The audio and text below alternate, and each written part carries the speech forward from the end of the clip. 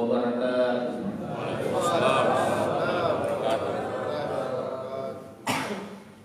Bismillahirrahmanirrahim. Bismillahi ma sya'allah la yasuqul khair illallah. Bismillahi ma sya'allah la yasrifu su'a illallah. Bismillahi ma sya'allah ma kana min nikmatin fa minallah. Bismillahi ma sya'allah la haula wa la quwwata illa billahil aliyyil azim. Bismillahilladzi la yadurru ma'a ismihi shay'un fil ardh wa la fis samaa'i wa huwas samii'ul 'aliim. Bismillah walhamdulillah wassalatu wassalamu ala asrafil anbiya'i wal mursalin sayyidina Muhammadin wa ala alihi wa ashabihi ajma'in. Rabbi ishrah li sadri wa yassir li amri wahlul 'uqdatam min lisani yafqahu qawli. Pengurus dan jemaah Masjid Al-Munawwarah yang insyaallah sama-sama dimuliakan dan dirahmati oleh Allah Subhanahu wa taala. Dan lebih khusus lagi kepada seluruh saudaraku dari member komunitas pejuang subuh yang insyaallah dimuliakan dan dirahmati pula oleh Allah Subhanahu wa taala, yang setiap subuh keliling dari masjid ke masjid, tak lain dan tak bukan untuk memakmurkan masjid-masjid Allah, rumah-rumah Allah, sekaligus memotivasi saudara-saudara muslim kita bagaimana untuk bersama-sama memakmurkan masjid-masjid Allah Subhanahu wa taala. Dan mungkin, dan memang itu yang kita harapkan, mudah-mudahan dengan kehadirannya kita keliling dari masjid ke masjid sebagai pencegah dari segala bencana azab yang akan diturunkan oleh Allah Subhanahu wa taala di tempat kita ini, di Kabupaten Bulukumba ini.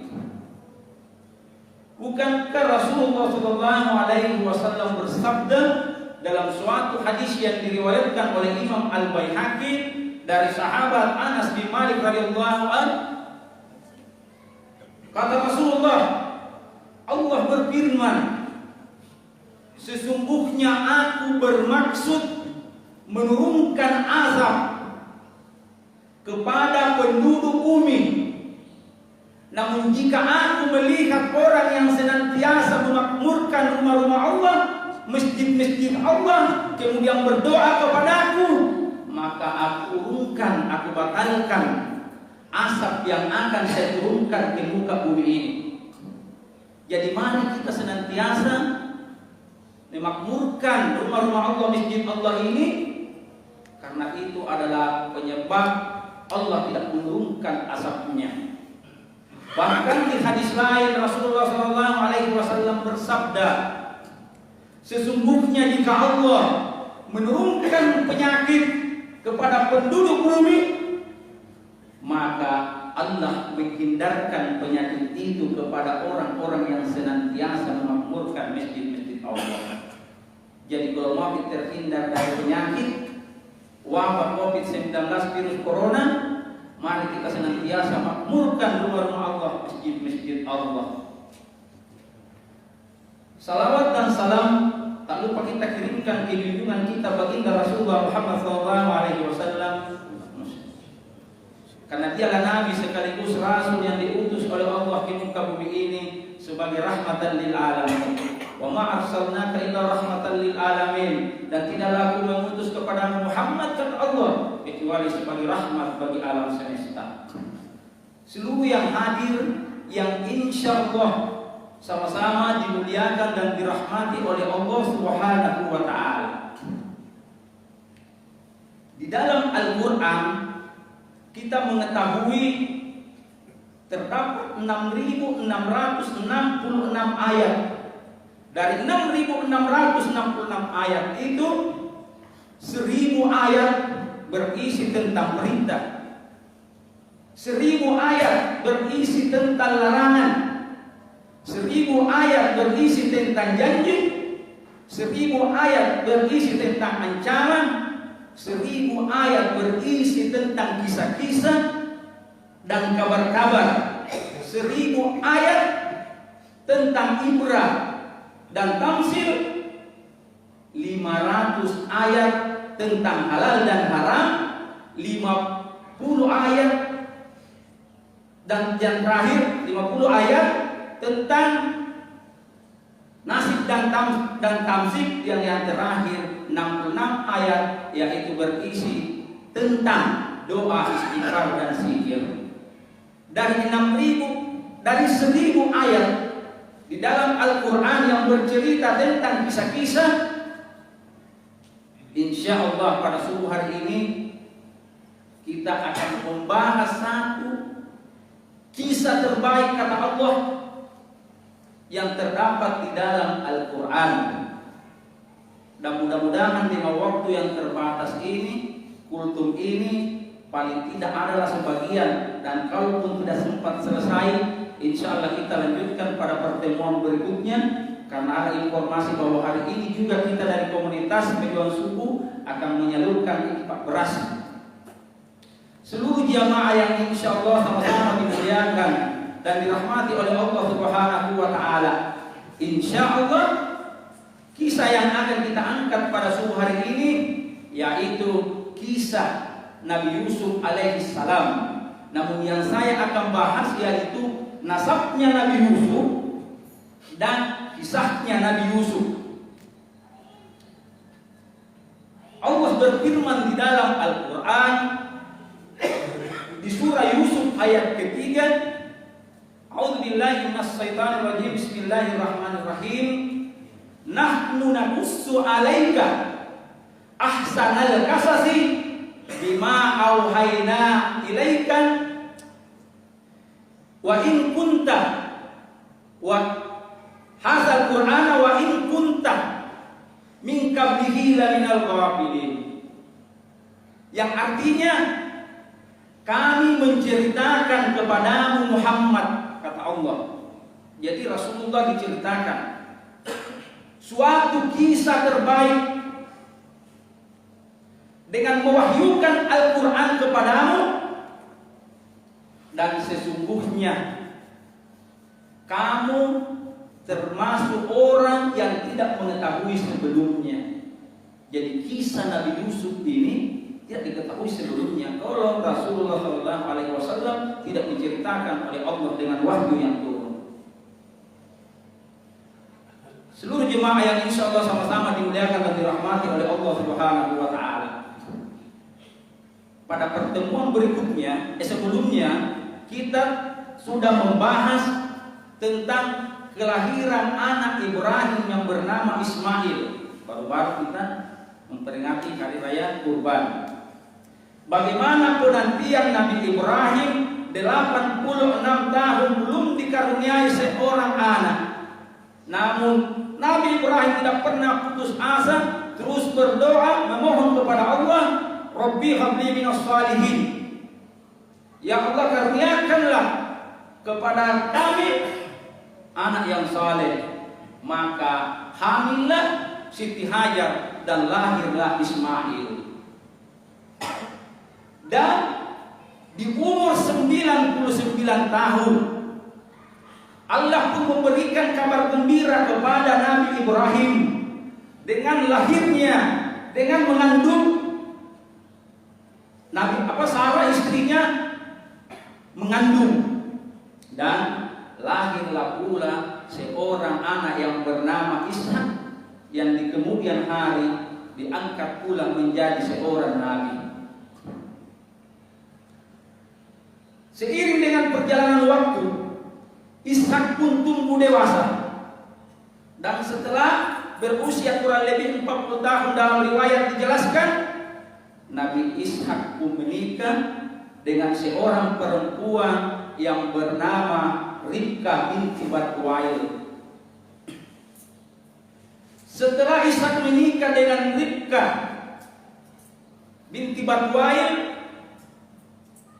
dia pun dikaruniai dia pun dikaruniai oleh dua orang anak. Lahirlah anak pertama, anak ini kembar. Jadi istri Ishak itu melahirkan seorang anak yang kembar. Yang pertama bernama Ais, atau sering disebut Is. Sedangkan saudara kembarnya yang lahir dengan memegang tumit saudaranya, yaitu bernama Yakub. Setelah kedua anak Ishak ini lahir, Nabi Ishak itu lebih cenderung memberikan kasih sayangnya kepada anaknya Is. Iya, dia lebih sayang dan cinta kepada Is, tidak terlalu sayang kepada anaknya Yakub. Namun Yakub ini disayang dan suka sama ibunya. Jadi ibunya sayang kepada Yakub dan bapaknya sayang kepada Nabi Yakub, sayang kepada Is. Seiring dengan perjalanan waktu, mereka pun hidup tumbuh besar. Pada masa tua, Nabi Ishak alaihissalam matanya rapuh, tidak dapat lagi melihat secara jelas. Tidak dapat melihat secara jelas apa yang ada di hadapannya. Sampai suatu ketika Nabi Ishak berkata kepada anaknya Ais, anak yang cenderung dia sayangi ini, wahai Ais anakku, ambilkanlah bapak makanan. Ibunya mendengar bahwa bapaknya menyuruh anaknya Ais untuk mengambilkan makanan, maka dia pun membisikkan Yakub, wahai Yakub, memasaklah engkau makanan, terus lebihkan makananmu untuk kau berikan juga kepada bapakmu. Lebih cepat selesai makanannya Yakub, maka Yakub pun membawakan makanan kepada bapaknya Ishak. Kemudian bapaknya Ishak bertanya, siapa kamu? Kemudian dia tidak menjawab bahwa saya Yakub. Dia hanya berkata, saya anakmu. Saya anakmu. Kemudian makanan ini pun diberikan kepada bapaknya Ishak. Dan selesai bapaknya memakan makanan itu, Yakub pun bermohon kepada bapaknya untuk didoakan kelak menjadi seorang pemimpin, kelak menjadi orang yang banyak harta dan banyak keturunannya. Setelah itu datanglah juga Ais membawa makanan kepada bapaknya Ishak. Pak, ini makanan yang engkau pesan. Bapaknya kaget. Bukankah saya sudah makan? Kemudian Ais pun bahwa ternyata sudah didahului saya oleh Yakub memberikan makan kepada bapaknya. Inilah sebabnya Ais dendam kepada saudaranya Yakub, sehingga dia hendak membunuh Yakub, Nabi Yakub. Sehingga ibunya pun memanggil Yakub, wahai anakku Yakub, saudaramu hendak membunuhmu. Sebaiknya engkau tinggalkan dulu kampung ini. Berangkatlah engkau ke pamanmu. Jadi berangkatlah Yakub, meninggalkan ibu bapaknya, meninggalkan kampung halamannya, ke suatu kampung yang disebut dengan Haran. Kalau sekarang itu Haran ada di Turki. Berangkatlah Nabi Yakub ke suatu kampung Haran di tempat pamannya yang bernama Laban. Kemudian setelah sampai Yakub ke Laban, ternyata pamannya ini mempunyai dua anak gadis, mempunyai dua anak perempuan. Kemudian Nabi Yakub ternyata tertarik dengan anak dari Laban. Anak dari Laban yang tertua namanya Lia atau biasa Lia. Biasa kita dengar Lia yang namanya yang tertua. Sedangkan anak keduanya bernama Rahel atau Rahil. Nah, jadi 2 anaknya gadis perempuan. Dia sampaikanlah niatnya si Yakub ini kepada pamannya, wahai pamanku, aku ingin menikahi anakmu yang bernama Rahil, karena memang di dalam riwayat dijelaskan Rahil ini cantik, menarik, dan dia tidak cantik dan tidak menarik, kebalikan dari Rahil. Apa kata Yakub? Apa kata Laban pamannya? Wahai Yakub, engkau boleh aku nikahkan dengan anakku, tetapi engkau mesti bekerja dulu kepadaku 7 tahun. Setelah engkau 7 tahun baru engkau saya nikahkan dengan anakku. Maka bekerjalah Nabi Yakub kepada pamannya Laban sampai akhirnya 7 tahun telah berlalu. Maka menagihlah janji Yakub ini kepada pamannya Laban. Apa kata pamannya Laban? Wahai Yakub, kebiasaan di tempat ini, di kampung ini, tidak bisa menikah seorang adik kalau ada kakaknya yang belum menikah. Maka engkau harus menikahi dulu Leia. Baru setelah itu kamu boleh menikahi lagi adiknya yang bernama Rahil, dengan syarat setelah Yakub dinikahkan dengan Lia, bekerja 7 tahun dinikahkan dengan Lia. Setelah itu Yakub pun melanjutkan tetap bekerja lagi 7 tahun untuk mendapatkan putri bungsu dari pamannya Laban yang bernama Rahil. Dari pernikahan Yakub dengan Leia lahir 6 orang anak. 6 orang anak istri Nabi Yakub dari Leia. Yang pertama bernama Ruben. Yang kedua bernama Simun. Yang ketiga bernama Lewi. Yang keempat bernama Yahuda. Yang keempat Yahuda. Kelima bernama Isahar. Dan keenam Sebulon. Sampai lahir anak-anak Lia ini, Rahil pun belum dikaruniai anak. Di dalam riwayat dijelaskan bahwa Rahil itu mandul. Iya, mandul. Bahkan dari anak-anak Lia ini, tapi kita tidak usah lari ke sana, tentang nasabnya melahirkan keturunannya nabi-nabi. Dan karena Rahil tidak bisa mengandung, sehingga Rahil pun menyerahkan budaknya kepada Nabi Yakub yang bernama Bilha. Bilha ini dinikahkan dengan Nabi Yakub. Dan dari Bilha ini lahirlah kembali 2 orang anak Nabi Yakub dari budak Rahil yang diberikan kepada Nabi Yakub untuk dinikahi. Nama anaknya yang pertama Dan, namanya Dan. Terus yang kedua bernama Naftali. Jadi anaknya Nabi Yakub sudah 8. Leia melihat Rahil menyerahkan budaknya untuk dinikahi oleh Nabi Yakub, maka dia pun menyerahkan budaknya yang bernama Silpa kepada Nabi Yakub. Iya. Kemudian dari istrinya ini, dari istri Nabi Yakub, budaknya Leia yang diserahkan kepada Yakub yang bernama Silpa, lahir pula 2 anak Nabi Yakub. Yang pertama bernama Gad, yang kedua bernama Asir.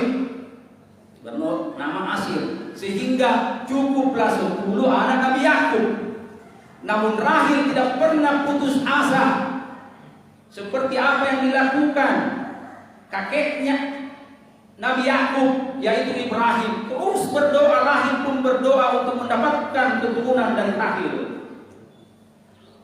Maka setelah melalui penantian yang sebelumnya diberitakan bahwa si Rahil ini Manul tidak bisa melahirkan, maka Rahil pun akhirnya hamil dan melahirkanlah anak pertama yang bernama Nabi Yusuf alaihi salam. Kemudian melahirkan pula anak yang kedua yang bernama Bunyamin. Jadi anaknya Nabi Yakub dari 4 istrinya, dari Leah 6 orang, dari budak yang diberikan Rahil yang bernama Bilha 2 orang, dari budaknya Leah yang bernama Silpa juga melahirkan mempunyai anak 2 orang, dan yang terakhir dari istrinya Rahil lahir juga anaknya 2 orang yang salah satunya Yusuf yang telah diangkat oleh Allah Subhanahu wa taala menjadi nabi. Maka cukuplah anak Nabi Yakub 12 orang. Sudah lewat ini waktunya. Jadi seluruh jemaah yang insya Allah sama-sama dimuliakan dan dirahmati oleh Allah Subhanahu wa taala. Kalau kita lanjutkan sampai terbit matahari belum selesai. Jadi adapun awal kisah Nabi Yusuf, yaitu di saat Nabi Yusuf tumbuh besar. Nabi Yusuf tumbuh besar.